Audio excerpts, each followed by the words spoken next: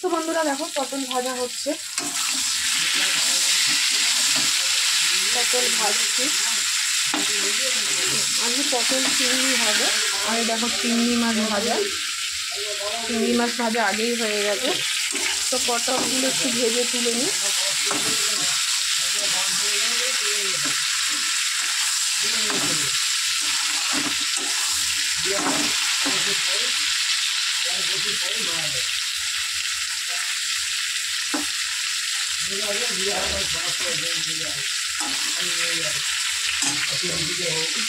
তো আজকে পটলের রেসিপিটা পেয়ে যাবে। পটলের অনেক কিছু করে দেখিয়েছি, আজকে পটল চিংড়ি করবো, তোমাদের সাথে শেয়ার করা হয়নি, তো সেটাই শেয়ার করবো।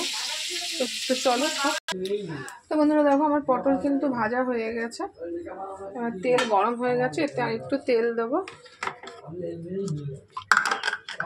এতে আরেকটু তেল দেবো।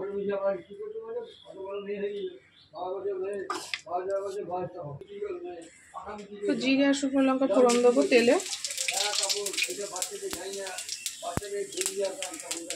তারপরে কুচিয়ে রাখা পেঁয়াজটা দিয়ে দেবো।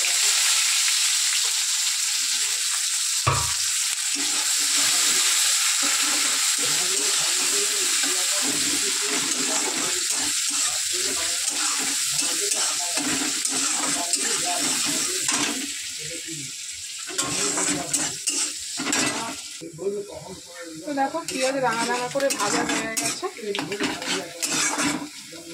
দেখো রাঙা রাঙা করে ভাজা হয়ে গেছে।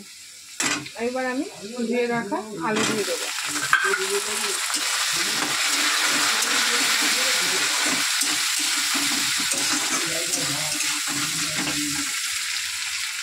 কেটে রাখা টমেটো দিয়ে দেবো।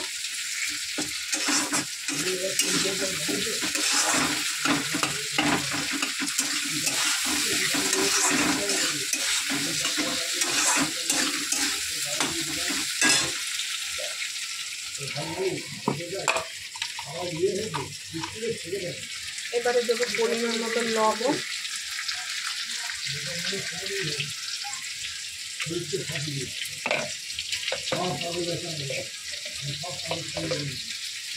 হলুদ,